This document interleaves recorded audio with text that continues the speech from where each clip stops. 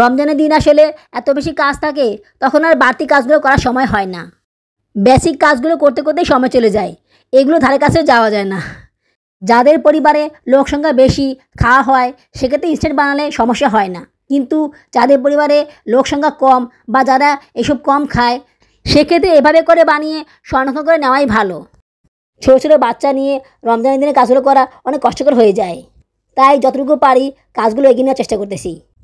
একটু কষ্ট হচ্ছে, সময় লাগতেছে, তারপরও কাজগুলো এখন করে নিলে পরবর্তীতে আর কোনো সমস্যা হয় না। অনেকে ভিউজ পাওয়ার আশায় এগুলো ব্রেড ক্রাম্ব দিয়ে মাখিয়ে বেশি করে সংরক্ষণ করে রাখে। এই কাজটা তোমরা ভুলেও করবা না।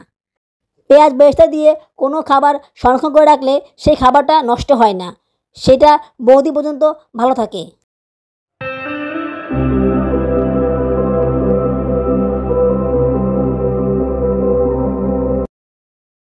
বিসমিল্লাহির রহমানির রহিম। সবাইকে পবিত্র মাহে রমজান মাসের শুভেচ্ছা জানাচ্ছি। দ্বিতীয় দিনে রমজানের প্রস্তুতির কাজ শুরু করলাম। যে বাঁধাকপিটা কিনে এনেছিলাম, সেই বাঁধাকপি পুরোটুকু কুচি কুচি করে কেটে নিয়েছি, চকিনাকে দিয়ে কাটিয়ে নিয়েছি। এখন এই বাঁধাকপিগুলো আমি সংরক্ষণ করে রাখবো।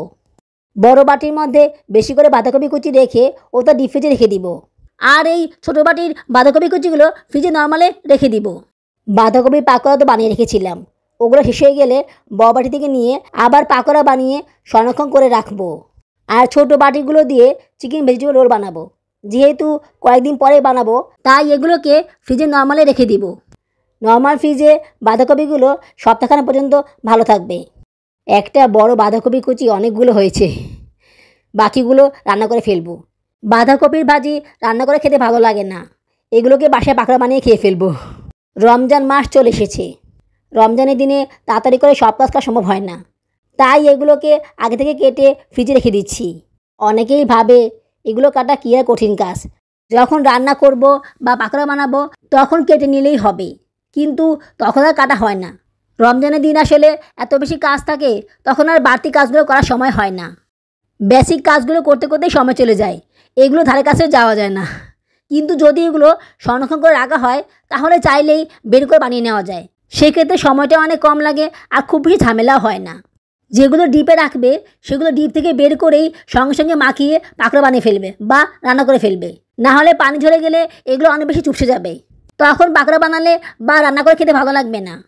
যে ডালগুলো আলাদা করে রেখে দিয়েছিলাম, ওগুলোকে দিয়ে পেঁয়াজ বানিয়ে নিচ্ছি। এই ডালগুলোকে আমি ডিপ ফ্রিজে রেখে দিয়েছিলাম। ডালগুলো আমি অনেক শুকনোভাবে ব্লেন্ড করেছিলাম, তাই ডিপ ফ্রিজ থেকে বের করার পরও পানি ঝরে যায়নি। আমি প্রায় সময় এরকম করি, যখন সময় পাই না পেঁয়াজ বানানোর, তখন ডালগুলোকে এভাবে করে কিংবা বাক্স করে ভরে ডিপ ফ্রিজে রেখে দেই। পরে সুযোগ বুঝে ডিপ ফ্রিজ থেকে বের করে পেঁয়াজও বানিয়ে সংরক্ষণ করে রেখে দেই। কী কী দিলাম সবই তো দেখলে। পেঁয়াজ, কাঁচামরিচ, মরিচের গুঁড়ো, আদা রসুন বাটা, চাউলের গুঁড়ো, লবণ আর ধনিয়া পাতা। আমি সবসময় এভাবে করেই পেঁয়াজুটা বানাই, খেতে দারুণ লাগে। পেঁয়াজুর মিশ্রণটা বানানোর পরে আমি এগুলোকে পেঁয়াজুর আকারে শেপ দিয়ে একটা ট্রেতে রেখে দেই। তারপর এগুলোকে সারা রাত ডিপ ফ্রিজে রেখে দেই। সকালবেলা ডিপ ফ্রিজ থেকে বের করে এগুলোকে জিপার ব্যাগে বা বাক্সে ভরে নেই। এইভাবে করে আমি পেঁয়াজগুলো সংরক্ষণ করে রাখি। যখন ইফতারের সময় হয় তখন পেঁয়াজগুলো বের করে তেলে ভেজে নেই। যতটুকু লাগবে ততটুকু বের করে ভেজে নেই, বাকিগুলো আবার ডিপ ফ্রিজে রেখে দেই। এটা করাতে আমার সময় অনেক বেঁচে যায়। প্রতিদিন পেঁয়াজুর ডাল ধোয়া এবং সেগুলোকে ব্লেন্ডিং করে নেওয়া, সেগুলোকে দিয়ে পেঁয়াজু বানিয়ে তারপরে ভাজা, এগুলো করতে গেলে তো প্রচুর সময় লেগে যাবে। যদি ব্লেন্ডিং করা থাকে তাহলেও সময় লেগে যায়, কারণ ওগুলো ডিপ ফ্রিজ থেকে বের করে একটু ঠান্ডা করে নিতে হয়, তারপর ওগুলো দিয়ে পেঁয়াজু বানিয়ে নিতে হয়। বানানোর সময় যদি বেশি পড়ে যায় তখন সেগুলোকে সংরক্ষণ করতেও সময় লেগে যায়। এখন তো দিন ছোট, রাত বড়, তাই ইফতারের সময়টা খুব দ্রুত চলে আসে। এইভাবে করে বানিয়ে ডিপ ফ্রিজে রেখে দিলে ইফতারের ঘণ্টাখানেক আগে বের করে ভেজে নেওয়া যায়। এক্ষেত্রে দেরিও হয় না আর কাজটা দ্রুত হয়ে যায়। তাছাড়া পেঁয়াজু নষ্টও হয় না। দেখা গেল পেঁয়াজু বেশি করে বানানো হয়ে গেল, কিন্তু সেগুলো খাওয়া হলো না, পরে সেগুলো নষ্ট হয়ে যায়, কারণ ওই পেঁয়াজুগুলো পরের দিন ভেজে খেতে আর ইচ্ছা করে না। যাদের পরিবারে লোক সংখ্যা বেশি, খাওয়া হয়, সেক্ষেত্রে ইনস্ট্যান্ট বানালে সমস্যা হয় না। কিন্তু যাদের পরিবারে লোক সংখ্যা কম বা যারা এসব কম খায়, সেক্ষেত্রে এভাবে করে বানিয়ে সংরক্ষণ করে নেওয়াই ভালো। এগুলো ডিপ ফ্রিজে মাসখানেক পর্যন্ত ভালো থাকবে। আমি অল্প করেই বানিয়েছি, কারণ অনেক সময় দেখা যায় যে প্রতিদিন পেঁয়াজ খেতে ইচ্ছা করে না, বা অনেক সময় খাওয়াও হয় না, সেক্ষেত্রে এগুলো ফ্রিজে রয়ে যায়। তাই অল্প করে বানিয়ে সংরক্ষণ করে রাখি, শেষ হয়ে গেলে আবার বানিয়ে রাখি। এভাবে করে বানিয়ে রাখলে খাবারটা নষ্ট হয় না, আর খেতেও দারুণ লাগে। যে বুটগুলো আমি ডিপ ফ্রিজে রেখে দিয়েছিলাম সেখান থেকে কিছু বুট নিয়ে নিচ্ছি। এই বুটগুলো আমি এখন ভাজি করে নিব। প্রতি বছর রমজান মাস আসলেই আমি এই কাজটা করে থাকি, কারণ প্রতিদিন ইনস্ট্যান্ট বুট বের করে ভাজি করা সম্ভব হয় না, সেক্ষেত্রে অনেক বেশি দেরি হয়ে যায়। কিছু বুট আগে থেকে ভাজি করে রাখলে সেক্ষেত্রে সময় লাগে না, বের করে গরম করে নিলেই হয়। কিছু আলু ছোটো ছোটো করে কেটে এবং একটা আস্ত আলু সিদ্ধ করে নিয়েছি। আস্ত আলুটা ম্যাশ করে দিলে বুট ভাজিটা খেতে দারুণ লাগে। আমি বুট সিদ্ধ করার সময় আলু দেই না, বুট ভাজি করার সময় আলুটা আলাদা করে সিদ্ধ করে নেই, তারপর একসাথে মিশিয়ে নেই। এভাবে করে মিশিয়ে বুট ভাজি করলে সেটা খেতে দারুণ লাগে। আর যদি বুটের মধ্যে আগেই আলুটা সিদ্ধ করে নেওয়া হয় তাহলে সে আলুটা চুষে যায়, খেতে ভালো লাগে না। প্রতিদিন বুট ভাজি করতে বিরক্ত লাগে, আর সেভাবে খাওয়া হয় না, তাই কিছু বুট আগে থেকে ভেজে ডিপ ফ্রিজে রেখে দেই। ইফতারের সময় হওয়ার ঘণ্টাখানেক আগে বা ইফতারের সময় এটাকে বের করে গরম করে নেই। সেক্ষেত্রে বরফ থাকলে একটু পানি দিয়ে নেই, তাহলে খুব তাড়াতাড়ি গরম করে নেওয়া যায়। এইভাবে করে বুট ভাজি করে বানিয়ে ফ্রিজে রেখে দেই। এগুলো দিয়েই আমার 3-4 দিন চলে যায়। আরেকটা কথা, বুট ভাজিগুলো কিন্তু ডিপ ফ্রিজে রাখতে হবে। নর্মালে কিন্তু এটা একদিনে বেশি ভালো থাকবে না, তাই কখনোই এটা নর্মালে রাখবেন না, সবসময় ডিপ ফ্রিজে রেখে দিবে, তাহলে আর নষ্ট হবে না। বুট দিতে গিয়ে বুটগুলো পড়ে গেল। কী করব, সাওদা কান্নাকাটি করতেছে। বাচ্চারা কান্নাকাটি করলে না ঠিকভাবে কাজ করা যায় না।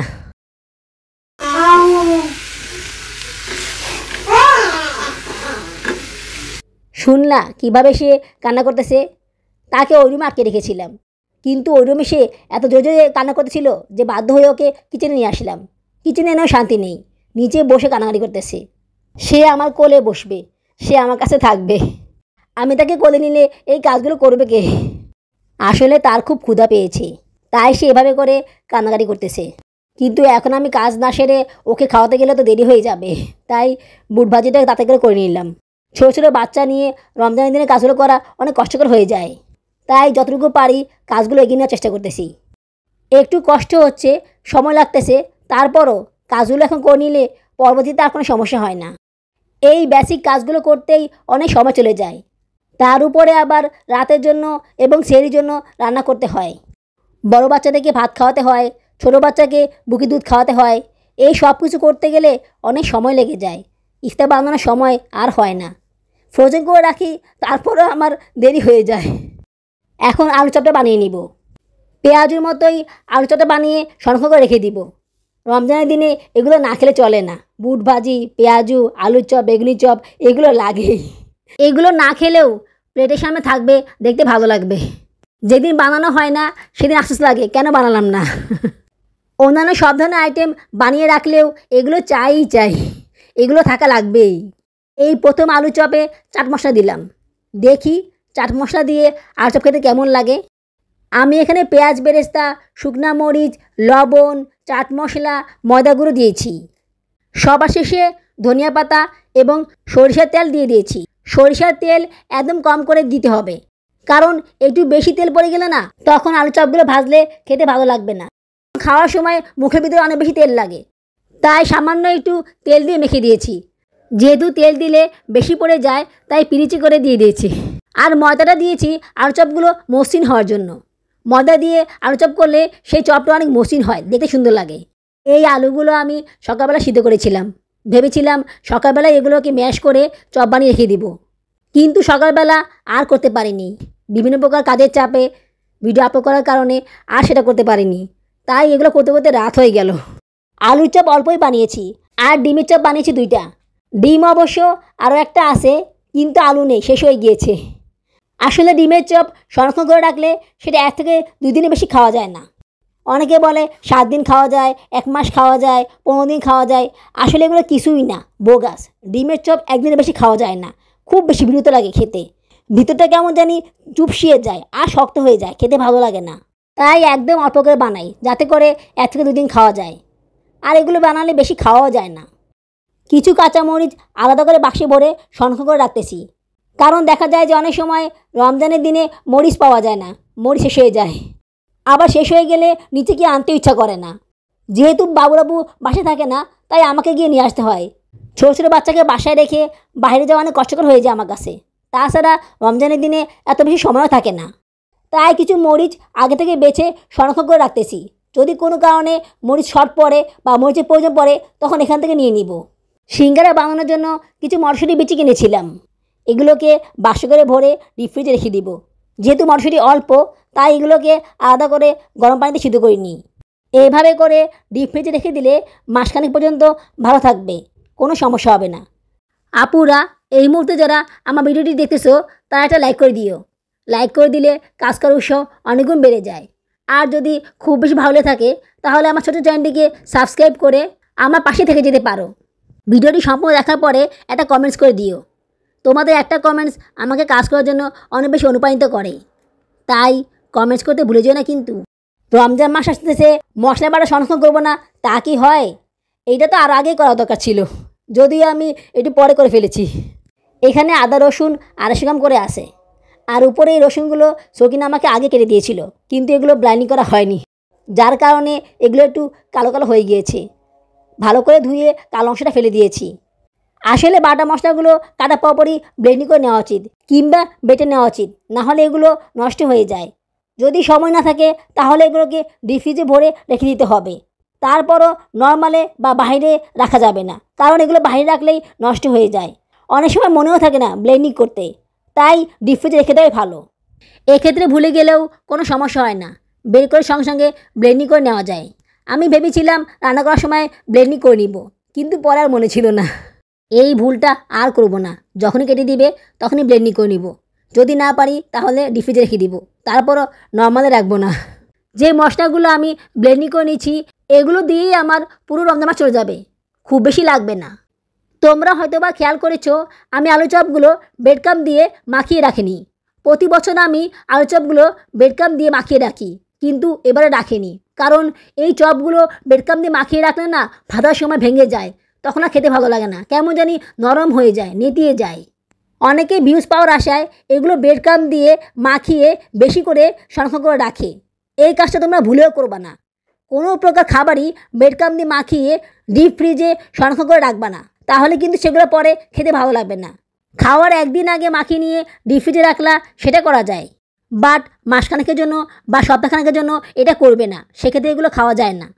বাটা মশলাগুলো নর্মালে ভালো থাকার জন্য আমি এখানে 1/4 চা চামচ হলুদের গুঁড়ো এবং 1/4 চা চামচ লবণ দিয়ে দিয়েছি। হলুদের গুঁড়ো দিলে কালারটা ঠিক থাকবে, আর লবণ দিলে এটা বেশি দিন সংরক্ষণ করা যাবে।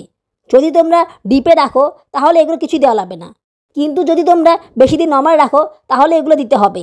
সেক্ষেত্রে বাটা মশলাগুলো নষ্ট হবে না এবং গন্ধও হবে না। অরেঞ্জ কালারের ব্রেডক্রাম্ব করে রেখেছি, ওগুলো দিয়ে ভেজিটেবল চিকেন রোল এবং নাগেটস বানিয়ে রাখবো। এগুলোকে ব্রেডক্রাম্বস দিয়ে মাখিয়ে ডিপ ফ্রিজে রেখে দিব না। যখন ভাজবো তখন ব্রেডক্রাম্বস দিয়ে মাখিয়ে ঘণ্টাখানেকের জন্য ফ্রিজে রেখে দিব, তারপর এগুলোকে বের করে ভেজে নিব। এভাবে করে বানিয়ে খেলে খেতেও মজা লাগে, আর ব্রেডক্রাম্বসের গুঁড়োগুলো ভেঙেও যায় না। প্রতি বছরেই আমি ব্রেডক্রাম্ব দিয়ে মাখিয়ে ডিমের চপ আলু চপ করে ফ্রিজে রেখে দিই, কিন্তু কোনো দিনই ভালোভাবে খেতে পারি না। ভাজতে গেলে ভেঙে যায়, কেমন জানি কালো হয়ে যায়, নরম হয়ে যায়, একটুও মজা লাগে না খেতে। এই বড় বাটিটা ডিপ ফ্রিজে রেখে দিব, আর এই ছোটো বাটিটা ফ্রিজে নর্মালে রেখে দিব। যখন এটা শেষ হয়ে যাবে তখন ডিপ ফ্রিজ থেকে বড়টা বের করে এখানে ভরে নিব। আমি এভাবে করেই মশলাগুলো ফ্রিজে রেখে দিই। যখন দেখি ছোটো বাটিটার মশলাগুলো শেষ হয়ে যাচ্ছে, তখনই ডিপ থেকে বড় বাটিটা বের করে ফ্রিজে নর্মালে রেখে দেই। এক্ষেত্রে বরফ গলিয়ে নেওয়ার ঝামেলা থাকে না। এখন আমি কিছু পেঁয়াজ বেরেস্তা করে নিব। আলু চপ করার সময় পেঁয়াজ বেরেস্তা করা ছিল না, তখন তাড়াহুড়ো করে পেঁয়াজ বেরেস্তা করে নিয়েছিলাম। আমি সব সময় পেঁয়াজ বেরেস্তা করার সময় একটু চিনি মিশিয়ে দিই। চিনি দিয়ে পেঁয়াজ বেরেস্তা করলে সেই বেরেস্তাগুলো একটু মুচমুচে হয়, না দিলে হয়, কিন্তু আমার কাছে দিতে ভালো লাগে। অনেকে লবণ মিশিয়ে দেয়, সেটাও হয়, তবে চিনি মিশিয়ে দিলে একটু বেশি ভালো হয়। পেঁয়াজ বেরেস্তা অনেক কাজে লাগে। এটা যে আসলে কত কাজে লাগে সেটা বলে শেষ করা যাবে না। সব কিছুতেই পেঁয়াজ বেরেস্তা লাগে। তাছাড়া ঈদের দিনে কোনো স্পেশাল আইটেম তৈরি করতে গেলে তো এটা লাগবেই। পেঁয়াজ বেরেস্তা দিয়ে কোনো খাবার সংরক্ষণ করে রাখলে সেই খাবারটা নষ্ট হয় না, সেটা বহুদিন পর্যন্ত ভালো থাকে। কাজের সময় হুট করে পেঁয়াজ বেরেস্তা করাও যায় না, কারণ এটা আস্তে ধীরে করতে হয়। খুব বেশি ভাজা যাবে না, আবার কম ভাজা যাবে না। একটু বাদামি কালার হলেই চুলা থেকে নামিয়ে দিতে হবে, কারণ এটা ঠান্ডা হলেই কালারটা আরও বেশি বাদামি হয়ে যায়, অনেক সময় কালচেও হয়ে যায়। দেখো আমার বেরেস্তার কালারগুলো কত সুন্দর হয়েছে আর দেখতে কত মুচমুচে হয়েছে। এখন এগুলোকে আমি একটা বাক্সে করে ভরে ফ্রিজে নর্মালে রেখে দিব। নর্মালে এগুলো মাসখানেক পর্যন্ত ভালো থাকবে। পেঁয়াজ বেরেস্তা রাখার সময় অবশ্যই বাক্সে টিস্যু বিছিয়ে দিতে হবে, কারণ পেঁয়াজ বেরেস্তা থেকে অনেক তেল বের হয়ে আসে। টিস্যুটা না দিলে বেরেস্তাগুলো একদম চুপসে যাবে, তখন সেই মুচমুচে ভাবটা আর থাকবে না। তাই সবসময় টিস্যু দিয়ে রাখতে হবে এবং বেরেস্তাগুলো দেওয়ার পরে উপর দিয়ে টিস্যু দিয়ে দিতে হবে, তাহলে বেরেস্তাগুলো মুচমুচে থাকবে। আজ এইটুকুই। আমরা আজকে প্রস্তুতি কাজগুলো তোমাদের কাছে কেমন লেগেছে আমাকে অবশ্যই কমেন্টস করে জানাবে। আগামী ব্লগে দেখা হবে। আল্লাহ হাফেজ।